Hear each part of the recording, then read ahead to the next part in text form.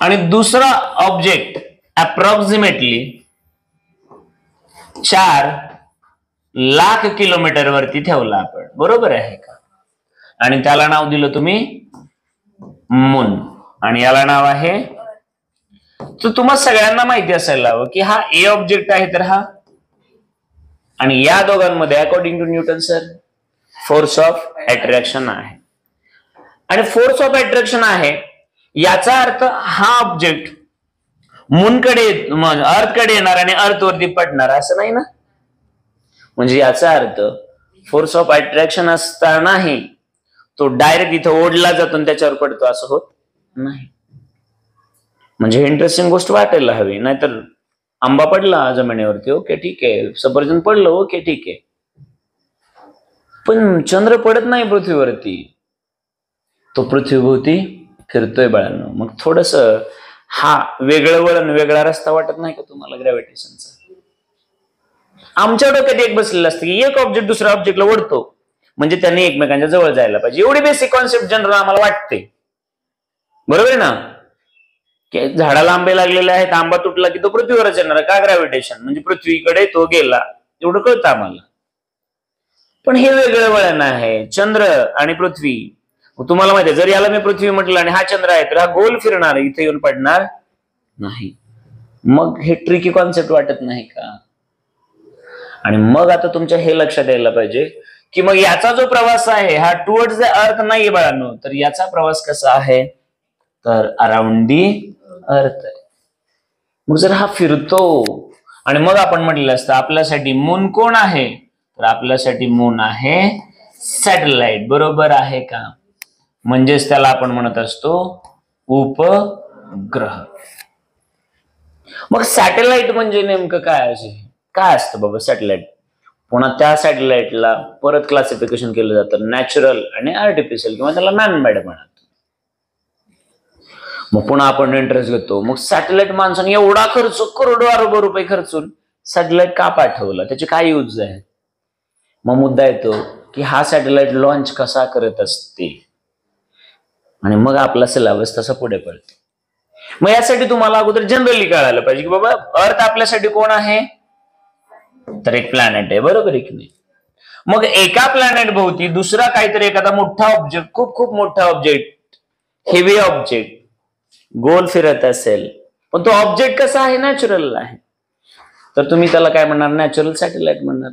मग मुळात सॅटेलाइट म्हणजे नेमकं काय आहे तर तुमच्या लक्षात आलं असेल एकदम साध्या सोप्या भाषेमध्ये. काय म्हणाल रे सॅटेलाइटला, तर तुम्ही असं म्हणलं तर चालेल, Wien an object is revolving around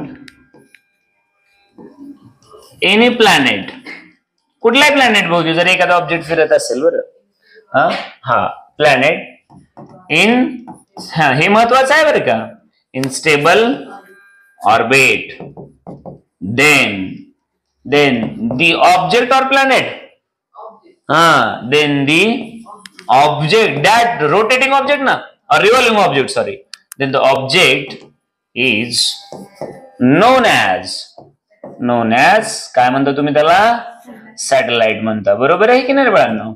मग कळलं का तुम्हाला सॅटेलाइट काय असतो? मग आता तुम्हाला माहित असेल की बाबा हे अर्थ आणि याच्या भोवती कोण फिरणार आहे, मून फिरणार आहे, तर मून फिरतो. मग आता मला सांगा, सन असेल आणि त्याच्या भोवती अर्थ फिरत असेल, तर आता आपली पृथ्वी पण काय म्हणणार, सॅटेलाइट, पण कधी, सूर्यासाठी, असाच अर्थ झाला ना.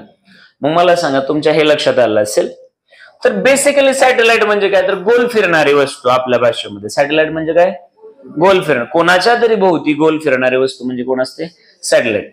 मग आता सॅटेलाइट जर म्हटलं ना रे बाळांनो, तर सॅटेलाइटचे पुन्हा 2 प्रकार असतात. किती प्रकार पडतात?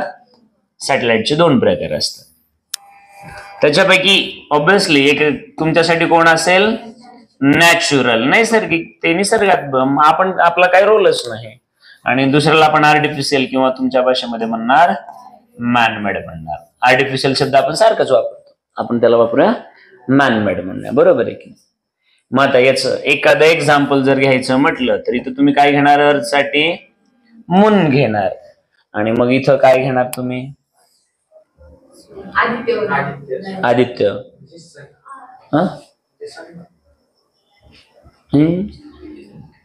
आदित्य म्हणजे सन कसं रे? आदित्य नाव ठेवलंय आपण त्या सॅटेलाइटचं. मला सांग, सगळ्यात पहिला सॅटेलाइट आपण भारताने कुठला लॉन्च केला माहिती तुला?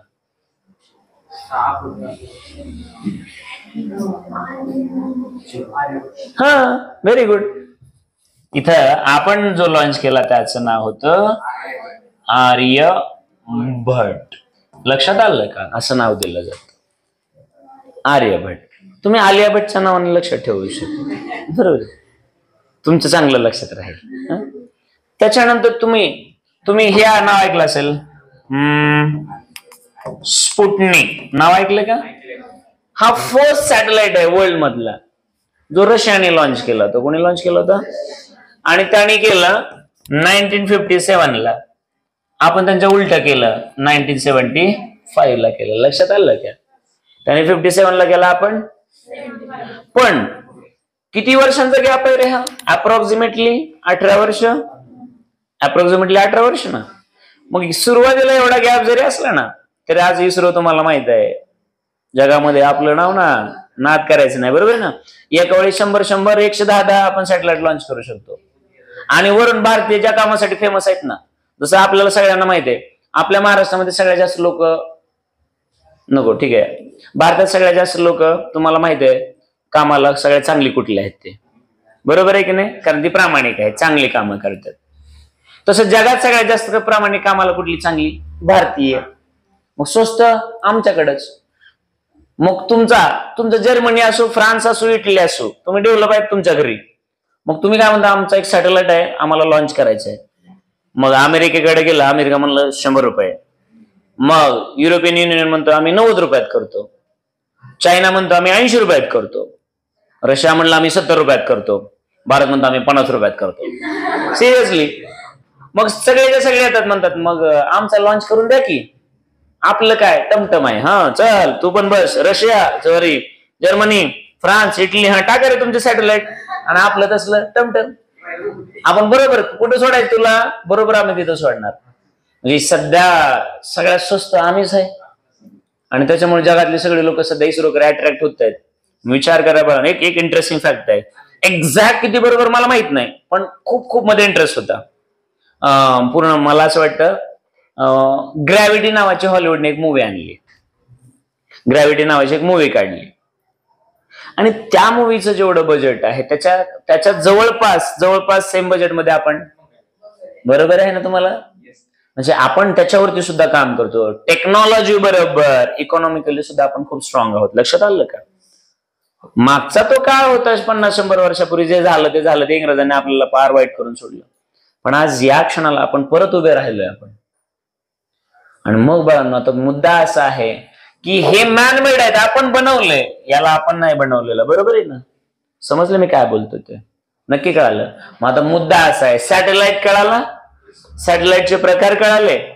आता मुद्दा असा आहे की एवढा मोठा खर्च करून यांना का गोल गोल गोल गोल गोल गोल फिरवायचंय तेच मला आजपर्यंत कळालेलं नाही. काही काम नाही का आम्हा लोकांना? हा सांगा बरं आता. बरोबर, वेदर फोरकास्टिंग, हवामान त्यानंतर कळतं ना. तुम्ही मला सांगा, मध्ये चेन्नईला ते मिचाव का रे, मिंचाव का यायच्या अगोदर 8 दिवसापासून सांगत होते ना, येणार आहे मोठं वादळ, येणार आहे मोठं वादळ, बरोबर आहे की नाही? तुम्ही तयारी करून ठेवा सांगत होते की नाही मला सांगा. हा म्हणजे वेदर फोरकास्टिंग. आणि त्याच्यामुळे खूप सारं नुकसान व्हायचं वाचतं. तुम्हीच मला सांगा ना, सोयाबीन काढायला आलंय आणि सांगितलं पुढच्या 3 दिवसानंतर पाऊस येणार आहे, तर शेतकरी 3 दिवसात काढून वगैरे झाकून ठेवतील ना ते, बरोबर आहे की नाही? म्हणजे ही काळजी आपण वेदर फोरकास्टिंग मुळे घेतो. आता त्याच्यात पण शेवटी निसर्ग आहे माणसाचे एक पाऊल पुढे असल्यासारखा. कधी कधी आपला अंदाज थोडासा चुकतो, पण मागच्या तुम्ही बघा 5 वर्षामध्ये आपण बऱ्यापैकी डेव्हलपमेंट केलेली आहे. हा वेदर फोरकास्टिंग. पुढे नेटवर्क. तुम्ही मला सांगा, आता मला काल परवा आम्ही सोलापूरला गेलो समजा, आणि XYZ ठिकाणी मला जायचंय. मग XYZ ठिकाणी जायचं म्हणल्यानंतर मी काय करतो रे, तर कमीत कमी 100 लोकांना गाडी थांबवून विचारतो, ही कुठे आहे कुठे आहे कुठे आहे, असं करतो का आपल्याकडं एक स्मार्ट डब्बा आहे. बरोबर आहे ना. मग तुमच्यातल्या बऱ्याच लोकांना माहिती असतं त्याच्यामध्ये असतं GP, ग्लोबल पोझिशनिंग सिस्टम म्हणतात त्याला. आणि एक लोकेशन दाखवण्यासाठी पृथ्वीभोवती मिनिमम 3 सॅटेलाइट लागत असतात आपल्याला. आणि ते 3 सॅटेलाइट म्हणजे बघा ना, हे अर्थ आहे समजा, आणि हे अर्थ कव्हर करायचे, तर इकडे एक आहे समजा, इकडे एक आहे आणि इकडे एक आहे. मग हे 3 सॅटेलाइट पूर्ण अर्थ कव्हर करतात. म्हणजे तुम्हाला जो एक सिग्नल सध्या देतोय तो 3 सॅटेलाइट म्हणून देत असतात. आणि तुम्ही कुठे जरी जात असाल तर तुम्हाला ते बरोबर सांगतात किती किलोमीटर आहे, कसं जायचं, कुठल्या रस्त्याने जायचं. आता एवढी ऍडव्हान्स टेक्नॉलॉजी आहे, कुठला रस्ता बेटर आहे, कधी तुम्हाला पोहोचायला तुमच्या चालू स्पीडने किती वेळ लागेल, सगळं मोबाईल सांगतो ना. मग त्या मोबाईल एवढी अक्कल कुठून आली, तर वर बसलेत ना उपरवाला सब देखता है, म्हणजे कोण, सॅटेलाइट. बरं का, तुम्ही दुसरंच काहीतरी वगैरे. मग समजलं GPS. दुसरं काय आलं, हा म्हणजे जिओलॉजिकल सर्वे मध्ये सुद्धा करतात. बरोबर आहे की नाही, बरोबर आहे ना, जिओलॉजी सर्च करायला. त्याच्यानंतर ऑब्झर्वेशन ऑफ अर्थ बघाय, ऑब्झर्व करायला. बरोबर आहे की नाही, तुमच्या लक्षात येते का. आणि सगळ्यात महत्वाचं सॅटेलाइट कम्युनिकेशन, एक प्लस पॉईंट आहे ब्रॉडकास्टिंग. आता मॅच चाललोय समजा, कुठं तुम्ही घेतले, समजा ऑस्ट्रेलियात सिडनीमध्ये मॅच चाललोय, आणि तुम्ही बघताय कुठं, ऑस्ट्रेलिया जाऊन मॅच बघताय, घरी बसून नाही, बेडवर लोळत बघताय. बरोबर आहे की नाही. मॅच कुठं चालायचा, ऑस्ट्रेलिया, बघताय कुठं, घरी बसून. मग मला सांगा, तिथं बॉल मारल्यानंतर काही सेकंदामध्ये आपल्याला इथं दिसतं, लाईव्ह स्ट्रीमिंग म्हणता ना तुम्ही. तिथं बॉल मारला की ते स्टेडियम मध्ये बसलेले एन्जॉय करत असतात, त्यांच्या काही सेकंद मागे असतो आपण, आणि आपला पण एन्जॉय चालू असतो. मग हे सगळं कशामुळे झालेलं आहे, सॅटेलाइटमुळे झालेलं आहे. इमॅजिन करा बघा, इव्हन मिलिटरी ऍप्लिकेशन मध्ये तर तुम्हाला माहिती आहे खूप सारे मिलिटरी. तुम्ही पोखरण मूवी पाहिले असेल, पोखरण मूवी त्या ह्याची पाहिली का, जॉन, बरोबर आहे ना. त्यांना काम करायचं असतं, वर आपल्या डोक्यावरती अमेरिकेचा सॅटेलाइट आपल्याकडे बघत असतो, म्हणजे टेळणी करत असतो, म्हणजे कोण काय करायलंय हे बघायला सुद्धा सॅटेलाइट हेल्प करतं. लक्षात आलं का. मग इतकी सारं कामं जर सॅटेलाइट करत असतील, इतकी सगळी कामं सॅटेलाइट करत असतील, तर तो सॅटेलाइट आपल्याला एवढ्या सगळ्या महत्वाच्या गोष्टीसाठी जर युजफुल असेल, तर तुम्ही मला सांगा, मग हा सॅटेलाइट लॉन्च केला पाहिजे की नाही, म्हणजे वरती पाठवला पाहिजे. लॉन्च करणं म्हणजे त्याला त्याच्या जागेमध्ये ठेवणं. आता एखाद्या हिरोला लॉन्च केला म्हणजे काय केलं, तर त्याला एक पिक्चर दिला, बरोबर आहे की नाही. तसं सॅटेलाइटला लॉन्च करायचं म्हणजे काय करायचं, त्याला त्याच्या जागी नेऊन बसवायचं. मग आता मुद्दा आहे की सॅटेलाइट कळाला, प्रकार कळाले, काम कळालं, इंटरेस्ट क्रिएट झाला, बाबा सॅटेलाइट एवढं महत्वाचं आहे. तुम्ही लांब कशाला, आता साधं सोपं काम बघा. आता आपल्या घरी जर DTH असेल, डायरेक्ट टू होम, ते असते ना घराच्या वरची छत्री डोबती, है ना. आपल्या घरात केबल कुठून येतं, तर छतावर एक टोपला असतो. DTH, डायरेक्ट टू होम आलं म्हणून, सॅटेलाइट कम्युनिकेशन. मग त्याला सिग्नल कुठून येतो, बरोबर आहे की नाही. मग त्याच्यानुसार तुम्ही पिक्चर वगैरे जे काय आहे. मग तुम्ही विचार करा बाळांनो, आज एवढं जग बदलण्याचं कारण सॅटेलाइट कम्युनिकेशन आलं की नाही. नाहीतर एवढ्या लवकर एवढं कम्युनिकेशन प्रॉपर झालं असतं का, नक्कीच नाही. मग तुम्हाला अगोदर जोपर्यंत काय म्हणतात, सॅटेलाइट कळाल्यानंतर त्या सॅटेलाइटच्या अगोदर काय कळणं गरजेचं आहे, तर इम्पॉर्टन्स, त्याचं महत्व कळालं का मला सांगा. अरे कळलं का काम त्याची, मग सॅटेलाइट महत्वाचं आहे का नाही. हा, मग मुद्दा हा असतो आता की हा सॅटेलाइट जो सगळी कामं करतो, तो ऑन द सरफेस ऑफ अर्थवर बसून असतो का गोल गोल फिरत असतो. म्हणजे आता त्याला गोल फिरवावा लागेल. मग मुद्दा असतो की त्याला गोल फिरवायचा आहे, म्हणजे त्याला आहे त्या ठिकाणी नेऊन ठेवायचं आहे. मग त्यासाठी आम्हाला काय कळायला पाहिजे, लॉन्च किंवा लॉन्चिंग प्रोसेस कळायला पाहिजे, बरोबर आहे की नाही. मग त्याला लॉन्च करत असताना काय केलं जातं, त्याला लॉन्च करत असताना सगळ्यात बेसिक गोष्ट बाळांनो नीट बघायचं. पहिलं काम, आता आपण फ्रेश पेज वरती जाऊ. ही बघा, ही आपली अर्थ आहे आणि हे अर्थचं सेंटर. आणि तुम्हाला हा सॅटेलाइट जो आहे तो काहीतरी हाईट वरती घेऊन जायचा. पहिली गोष्ट, सॅटेलाइट तुम्हाला कुठं लॉन्च करायचं आहे, काहीतरी हाईट वरती. मग हा समजा तुमचा सॅटेलाइट आहे, ठीक आहे. आणि या सॅटेलाइटचं नाव ठेवलं आपण गोल गोल गोल गोल फिरतोय. काय नाव ठेवलं, त्यांनी ठेवलं की आर्यभट्ट.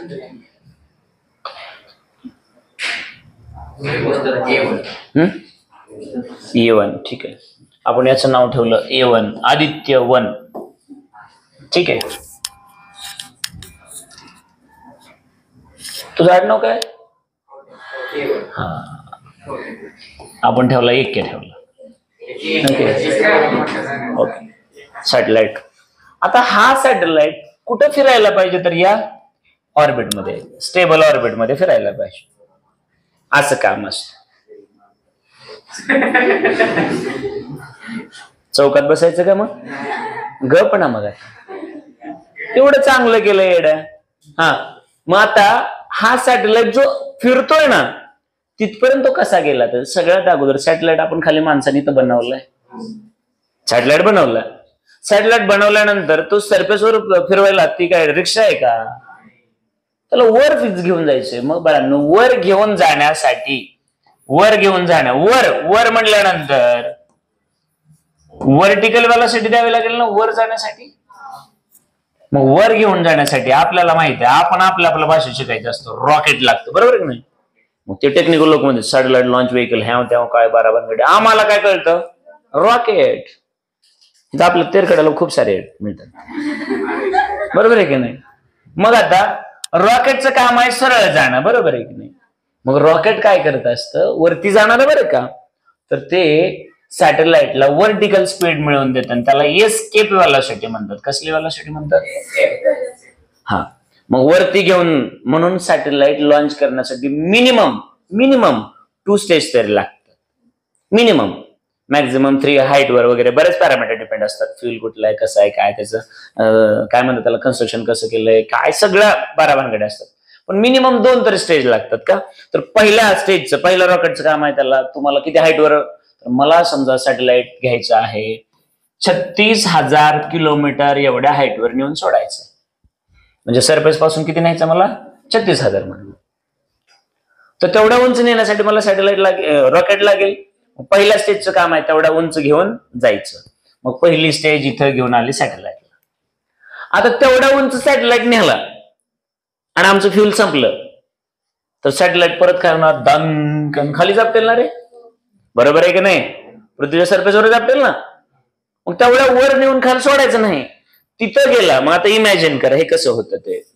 समजा एक आपण असं काम करूया की ही पहिलं रॉकेट, हे दुसरं रॉकेट, आणि इमॅजिन करा याच्यावर आदित्य बसलाय. लक्षात आलं का? म्हणजे तिसरं. कळलं का तुम्हाला? हा, म्हणजे सॅटेलाइट कुठं आहे? याला A स्टेज म्हणा, याला B म्हणा, आणि सॅटेलाइट इथं आहे, बरोबर ना? हा, म्हणजे A रॉकेट, B रॉकेट आणि C सॅटेलाइट असं समजा. मग आहे असं इमॅजिन करा. मग पहिलं रॉकेट काय करतं? तर त्याला पाहिजे त्या डिझायर्ड हाईट वर घेऊन सोडतं, आणि मग ती स्टेज डिस्चार्ज होणार, संपलं. त्याच्यामध्ये जेवढं उंच जायचं तेवढंच फ्युल टाकलं जातं. ओके, घासलेट. रॉकेट टाकलं जातं नाही. हा, बघा ते फ्युल कुठला सर्च करावं लागेल. मग ते फ्युल संपलं की ती रॉकेटची जी स्टेज आहे ते डिटॅच होते, बाहेर निघते समजा. मग आता आमच्याकडे राहिलं B, आणि त्याच्यावर काय आहे? C. मग आता आणखी उंच जायचं का मला? नाही. आता आम्हाला गोल फिरण्यासाठी काय व्हावं लागतं? होरिझॉन्टल, म्हणजे 90 डिग्री मध्ये आम्हाला काय व्हावं लागतं? हा, टर्न व्हावं लागेल 90 डिग्री. आणि पुन्हा मग तो होरिझॉन्टल स्पीड देणार, आणि मग त्याला होरिझॉन्टल स्पीडचं काम, होरिझॉन्टलला दुसरं रॉकेट लागतं.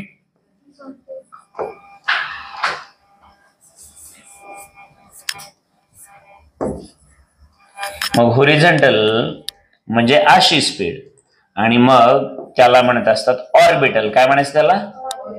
ऑर्बिटिंग करायचं, त्याला गोल गोल फिरायचं. मग आता मुद्दा असा आहे बाळांनो की आता ही जी ऑर्बिटिंग स्पीड आहे, दोन्ही स्पेशल असतात बरं का. कारण तेवढ्या उंच जाण्यासाठी, आता मला सांगा माझ्याकडे बॉल आहे आणि मी याला फक्त असाच टाकला तर हा एवढ्याच हाईटवर जाऊन आला, आणि आणखी स्पीड दिली तर तो जास्त हाईट घेणार. म्हणजे तुम्हाला जेवढं जास्त उंच जायचंय तेवढं जास्त व्हेलॉसिटी द्यावी लागते, एवढं साधा अर्थ करतो. आता वर गेल्यानंतर तुम्हाला व्हर्टिकल नाही, आता कशाची गरज आहे? होरिझॉन्टल. मग जर होरिझॉन्टल स्पीड आम्ही कमी ठेवली, तर तो थोडासा पुढे जाणार, आणि ग्रॅव्हिटीमुळे समजा तो असा येऊन पडला, पण पृथ्वीवरच पडणार. आणखी आम्ही थोडीशी स्पीड वाढवली तर थोडासा आला आणि इथं पडला समजा. आणखी आम्ही थोडीशी वाढवली आणि तो जर गोल फिरू शकला तर मग मात्र तो स्टेबल मध्ये आला. पण आम्ही त्याच्यापेक्षा पण जास्त दिली, की मग तो इलेप्टिकल मध्ये जायला लागतो, म्हणजे लांबून गोल फिरायला लागतो. त्याच्यापेक्षा आणखी वाढवली, मग तो पॅराबोलामध्ये जायला लागतो. मग पॅराबोला मध्ये गेला किंवा पुढे गेला हायपरबोला, तर डायरेक्ट तो सॅटेलाइट लॉस झाला म्हणायचं. तो कुठं निघून जातो आम्हालाच कळत नाही. मग आमचा सॅटेलाइट आम्हाला पृथ्वीवरती फिरवायचा आहे. तो खाली पण पडू द्यायचा नाही, दुसरीकडे पण जाऊ द्यायचा नाही. म्हणजे आम्हाला एक स्पेशल स्पीड द्यावी लागेल ना, आणि त्याला म्हटलं जातं ऑर्बिटल व्हेलॉसिटी. लक्षात आलं का?